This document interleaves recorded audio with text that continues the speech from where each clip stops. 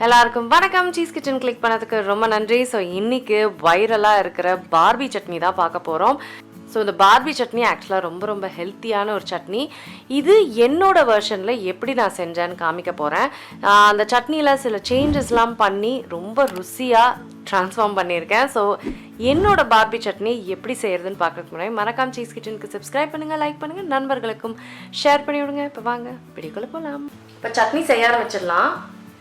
கடாயில் நான் ஆயில் சேர்க்குறேன். ஆயில் கொஞ்சம் தாராளமாக சேர்த்துக்கோங்க. அப்போ தான் நம்ம எல்லா இன்க்ரீடியன்ஸும் ரொம்ப நேரம் குக் பண்ண போகிறோம். ஸோ ஆயில் ரொம்ப முக்கியம். ஆயிலில் உளுத்தம்பருப்பு, இந்த பருப்பு வகைகள் டேஸ்ட்டு மட்டும் இல்லை, இந்த பருப்பு வகைகள் ஹெல்த் மட்டும் இல்லை, டேஸ்ட்டையும் நல்லா ஏற்றி கொடுக்கும் எந்த ஒரு சட்னிக்கும். ஸோ இது லைட்டாக வதக்குனா போதும். நம்ம இன்க்ரீடியன்ஸ்லாம் ரொம்ப நேரம் வதக்குறனால இது கலர் மாறுற அளவுக்கு வதக்கணும்னு அவசியம் இல்லை. இப்போ ஒரு 2 மினிட்ஸ் ஆயிடுச்சு, நல்லா வதங்கிருச்சு. இதில் நான் ஆனியன் சேர்த்துக்கிறேன். ஆனியனோட கடலைப்பருப்பு, சாரி தப்பாக சொல்லிட்டேன், வேர்க்கடலை, அதுக்கப்புறம்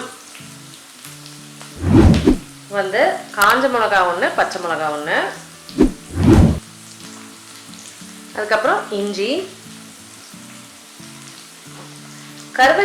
கருவேப்பிலைக்கு பதிலாக நான் கொத்தமல்லி சேர்க்குறேன். கொத்தமல்லி சூப்பராக இருக்கும். அதுக்கப்புறம் முக்கியமான இன்க்ரீடியண்ட் திருவுன பீட்ரூட்டு. ஸோ இப்போது பீட்ரூட் நம்மளுக்கு திருவி சேர்க்கும் போது ஈஸியாக குக் ஆகிடும். ஆஸ் வெல் அஸ் பெருங்காயம் கொஞ்சம் ஆட் பண்ணோன்னா நம்மளுக்கு அந்த பச்சை வாசனை ஸ்மெல்லும் தெரியாது. ஸோ இது எல்லாத்தையுமே நம்ம லோ ஹீட்டில் நல்லா வதக்க போகிறோம். அப்படியே கல்லுப்பு, அப்புறம் புளி. இப்போ இதில் லைட்டாக தண்ணி சேர்த்துக்கிறேன். ஏன்னா பீட்ரூட் நல்லா குக் ஆகணும், இல்லை பச்சை வாசனை நல்லாவே இருக்காது. ஸோ தண்ணி நான் லைட்டாக சேர்த்துக்கிட்டேன். இப்போ நம்ம இதை ஒரு 10 நிமிஷமாவது நல்லா குக் பண்ண விட்டுடணும். ஸோ லோ ஹீட்டில் எல்லாமே சூப்பராக குக் ஆகி நல்லா திக்காக உங்களுக்கு வரும். ரொம்ப டேஸ்ட் கொடுக்கறதே இந்த பீட்ரூட்டோட இனிப்பு, அதுக்கப்புறம் புளியோட அந்த புளிப்பு, அப்புறம் காஞ்ச மிளகா, பச்சை மிளகாவோட காரம், ஸோ எல்லாமே இதில் இருக்குமா, செம்ம டெலிஷியஸாக இருக்கும். ஸோ இது 10 மினிட்ஸ் கழித்து நம்ம பார்க்கலாம். சூப்பராக குக் ஆகிடுச்சு. நம்மளுக்கு அந்த ஸ்மெல்லே பீட்ரூட் ஸ்மெல் அடிக்கணுமே, குக்கான பீட்ரூட் ஸ்மெல் அடிக்கணும். பச்சை வாசனை அடிக்கவே கூடாது, இல்லைன்னா சட்னி நல்லாவே இருக்காது. இப்போ நான் துருவின தேங்காய் சேர்க்குறேன்.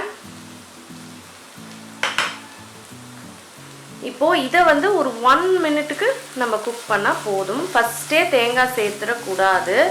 ஆக்சுவலாக அப்படி தான் நான் ஸ்டார்டிங்கில் பண்ணேன்.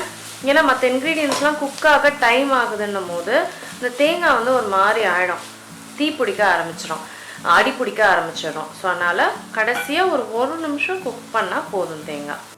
ஸோ அவ்வளோதாங்க, நல்லா குக் ஆகிடுச்சு. இதை இப்போ நான் நல்லா ஆற விட்டுட்டு அரைக்க போகிறேன்.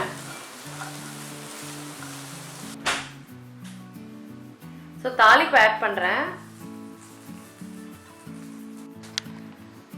சாவளதாங்க பார்பி சட்னி ஹெல்த்தி. சாவளதாங்க பார்பி சட்னி ரெடி ஆகிடுச்சு. இட்லியோட நல்லா குழப்பி அடித்தா செம்ம டேஸ்ட்டாக இருக்கும். நிறைய ஊற்றி டெலிஷியஸாக சாப்பிடுங்க. நான் உங்களை சீக்கிரமாக அடுத்த வீடியோவில் சந்திக்கிறேன். வணக்கம். இருங்க எங்கே போகிறீங்க? இந்த 2 வீடியோஸும் கண்டிப்பாக உங்களுக்கு பிடிக்கும். கிளிக் பண்ணி பாருங்கள்.